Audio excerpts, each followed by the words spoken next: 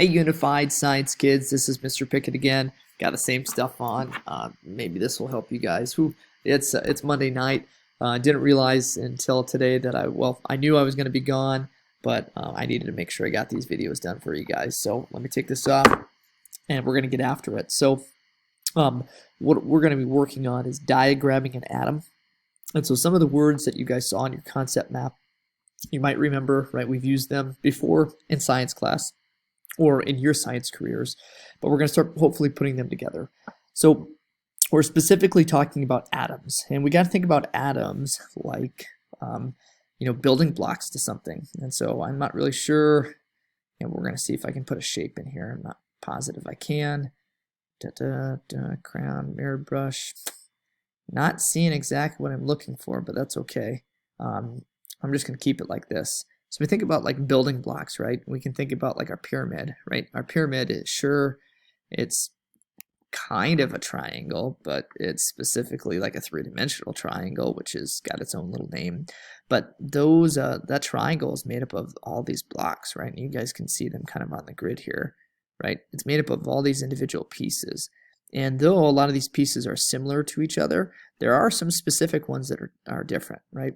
So the ones that are on the edges have to definitely be cut differently than anything else. So like this one right here is definitely cut a little bit differently. And we might have some similar ones in the middle. They're all important. They all work together to make up that entire pyramid. And not having one will certainly cause some issues. If we lose the one at the top, it's not such a big deal, right? I mean, it certainly changes the shape, but it won't make the whole thing fall apart. But if you take a couple out in some key spots, yeah, it's going to cause some mass destruction. So I think that's important when we start thinking about an atom. So atoms are building blocks, a lot like the blocks of stone are building blocks to a pyramid.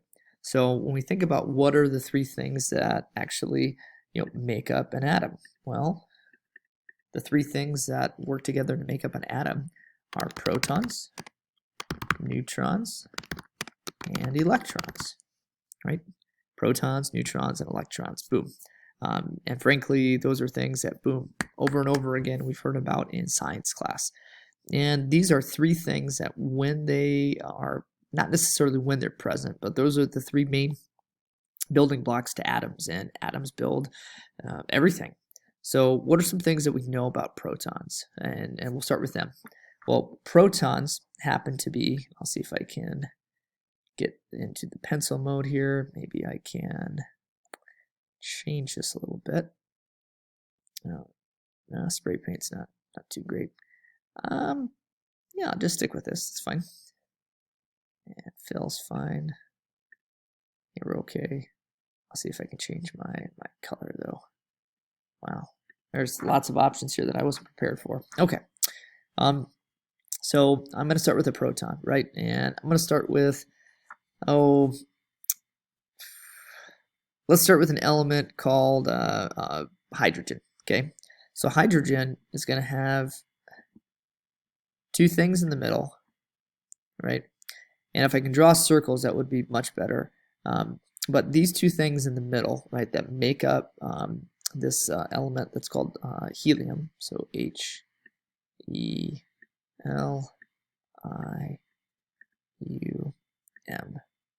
right? Helium has two protons, right? So I'm going to write a 2 next to the proton word here. So these are two protons, and these protons are kind of special, right? They've got some interesting characteristics about them. I'm going to come back into here and maybe move this a little bit, if it'll let me. It doesn't appear like it's going to let me. Let's do that. Okay. So what's interesting about a proton? Well, protons happen to be positive. Okay, that's cool. Protons are positive. So let's try to draw that. So protons happen to be positive. Boom. Okay, cool. All right, so protons are positive. Awesome. What else do we know about protons? Well, protons happen to also be kind of big. Let's see if I can actually mess with this. Maybe select tool. Yeah, that's what I wanted. So protons are positive, right? And I'll select out of this thing too. So in this one, we actually have 2 protons. They're positive. What else do we know about them? Well, they might not look it, but compared to other things in the atom, protons are actually quite large, right? They have size, they have mass. All these things do, but they're pretty big.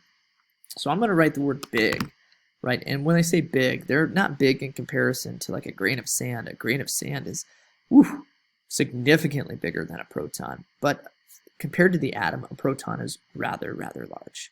And a proton also exists in a specific place in the atom, and that place that it exists in is called the nucleus.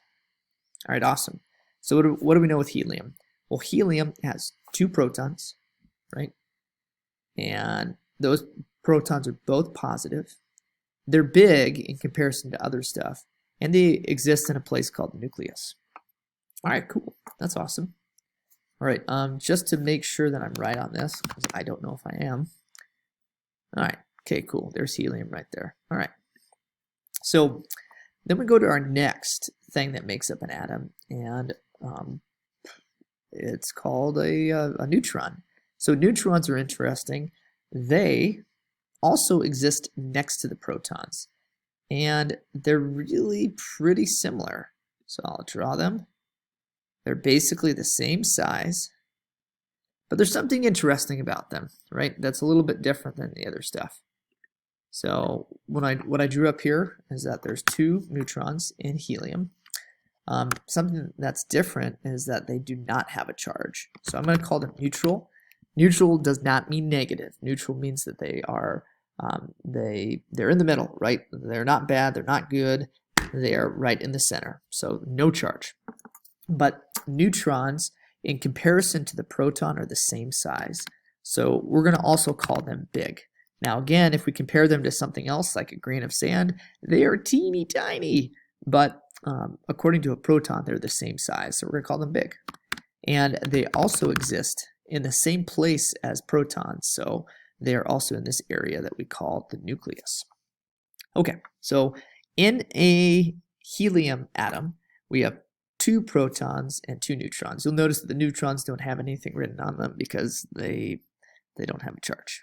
Okay, then we have these electrons, which they're the weird ones, right? They're the ones that if I would draw them, and I'm going to try to draw them, all right, they would be somewhere like there, and there's a little dot, and there's another little dot, and those are the electrons.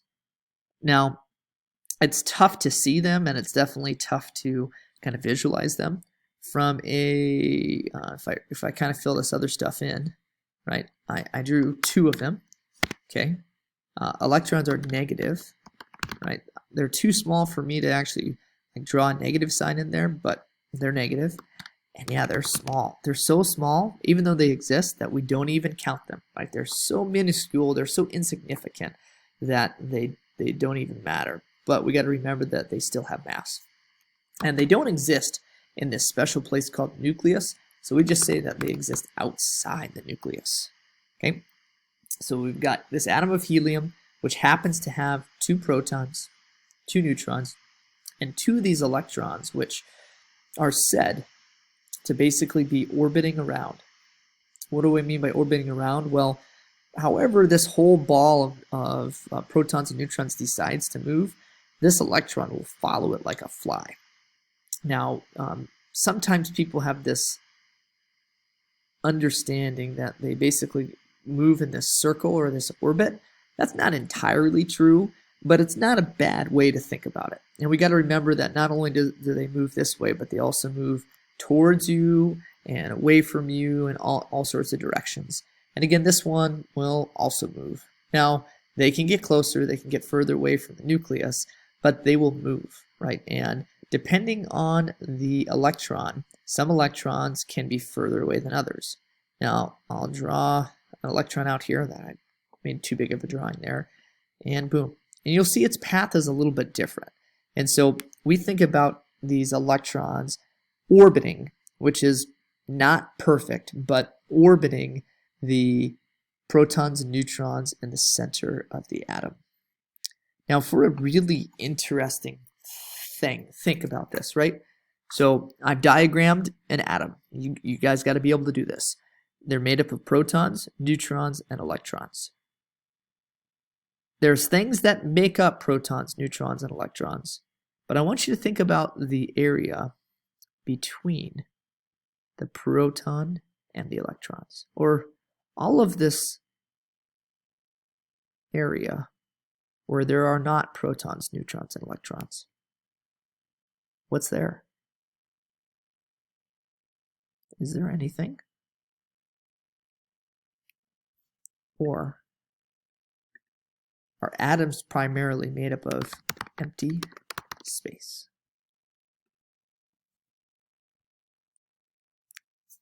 I'll see you guys on Wednesday. Hopefully this helped you guys with your concept map. It might help you decide to put some things in different spots.